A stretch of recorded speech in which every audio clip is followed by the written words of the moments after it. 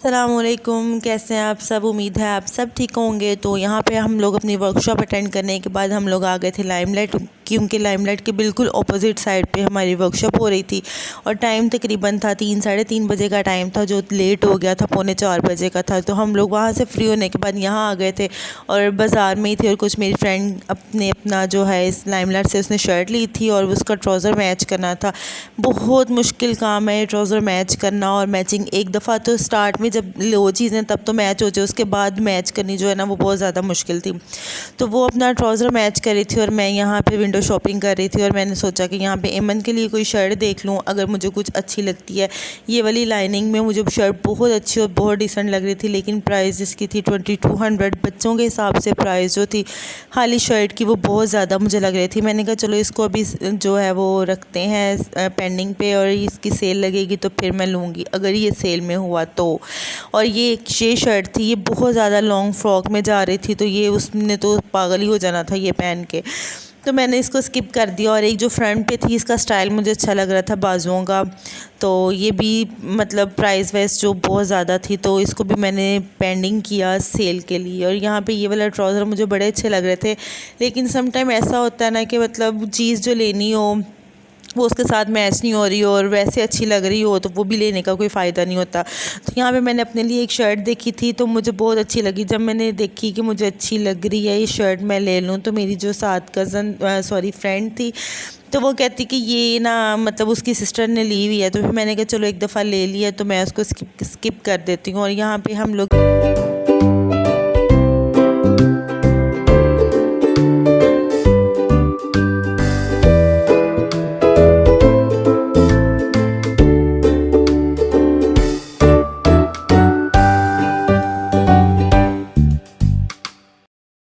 अच्छा जी, यहाँ पे नेक्स्ट डे जो था वो मुझे वापस आना था और मेरे साथ एक बहुत ज़्यादा बड़ा मसला ये है कि जब मैंने सुबह सुबह कहीं जाना होता है मुझे सारी रात नींद नहीं आती, इसी टेंशन के साथ कि पता नहीं सुबह मेरी आंख खुलती है कि नहीं खुलती। और जब मैंने रात को भाई से पूछा कि किस टाइम जाना है तो उसने मुझे कहा कि 7 बजे घर से निकलना है। और उस टाइम जो मुझे नींद आ रही थी वो भी सारी नींद मेरी इसी टेंशन से उतर नहीं गई, ख़त्म हो गई कि ना पता नहीं सुबह मुझे 7 बजे तक नींद आती है कि नहीं आती। और मुझे जो है वो सुबह सुबह उठना इतना मुश्किल लगता है, शुरू से आदत नहीं है इतनी, मतलब जब से स्कूल कॉलेज वगैरह ख़त्म हुए हैं तब से आदत नहीं है इतनी देर जल्दी उठने की। और तो सुबह सुबह मुझे उठना बहुत ही ज़्यादा बुरा लगता है। और यहाँ पे मैं घर आ गई थी और जब अलमारी देखी तो मेरी सारी थकन जो थी ना अब दूर हो गई। मुझे लग रहा है कि शायद अब मेरे जो सारे घर के जो खलारे खलूरे हैं ना कपड़ों के वो समेटे जाएंगे। और ये अलमारी भी मुझे जो है वो घर मतलब जिनका घर है उन्होंने ही बनवा के दिया, हम रेंट आउट हैं। और बड़ी अच्छी अलमारी बन गई है, काफ़ी ज़्यादा स्पेस है इसमें और इसमें तकरीबन 3 डोर्स वाली है। और ये वाला जो डोर है ना इसका, ये वाले इसमें 3 to 4 पोर्शंस हैं।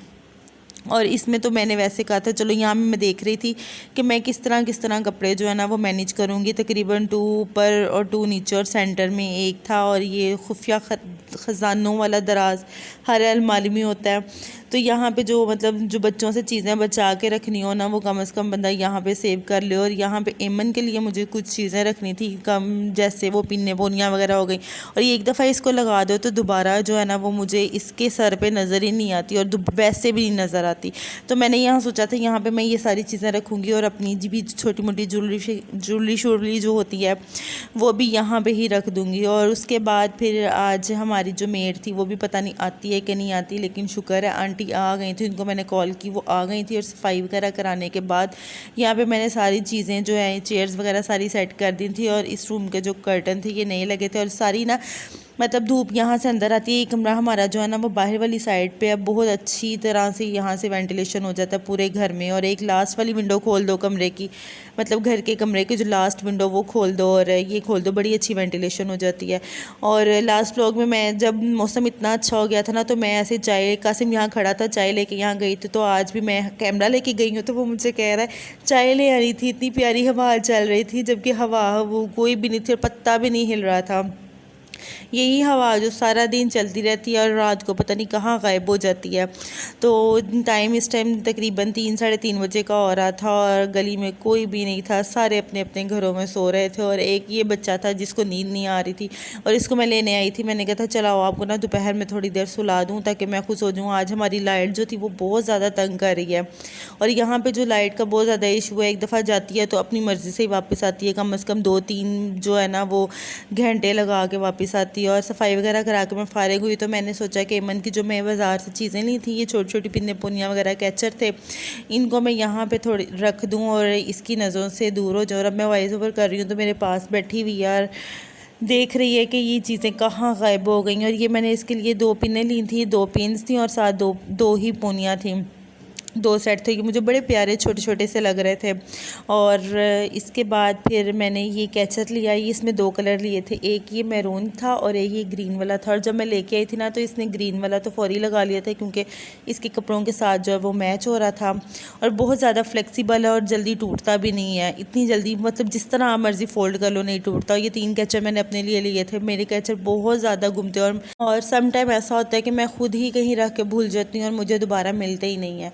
और ये एक परफ्यूम था जो मेरा तो नहीं, वहाँ मम्मा की तरफ पड़ा हुआ था और मेरा आजकल परफ्यूम्स की जो है वो बहुत ज़्यादा शॉर्टेज हुई हुई है और मैंने कहा चलो एक ये मैं ले जाती हूँ बॉडी स्प्रे इस टाइम, क्योंकि शिफ्टिंग में मेरी कोई सामान इधर उधर पता ही नहीं चलता कहाँ है कहाँ नहीं। यहाँ पे कुछ कपड़े मैंने रख लिए थे और अब मैं ना खाना बनाने लगी थी तो मैंने कहा ये भी आपके साथ शेयर करूँ। आज मैंने बनाना था दाल गोश्त। सबसे पहले जो गोश्त को मैंने एक बॉयल करके पानी निकाल लिया था, इसमें जितनी भी स्मेल और जितना भी गंद शन फंसा होता है ना वो सारा निकल जाता है। और वैसे भी डॉक्टर्स जो होते हैं ना वो कहते हैं कि जब भी आपने गोश्त सब्ज़ी स्प्रे वगैरह हुए होते हैं उस पर ना, सब्ज़ी कुछ भी बनाना है ना, पहला एक बॉयल आप निकाल लो और उससे जो फैट्स और जो कैलोरीज़ होते हैं ना इसमें वो सारे ख़त्म हो जाते हैं।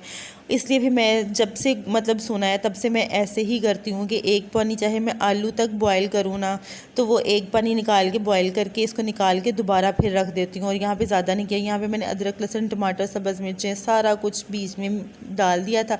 और ये मेरा जो कटर था चॉपर, जिसे वो कद्दूकश भी कहते हैं, जो मर्ज़ी कह लें, ये मैंने नया लिया था और इतना तेज़ है कि फटाफट से और बिल्कुल मैश कर देता है, बहुत अच्छा है।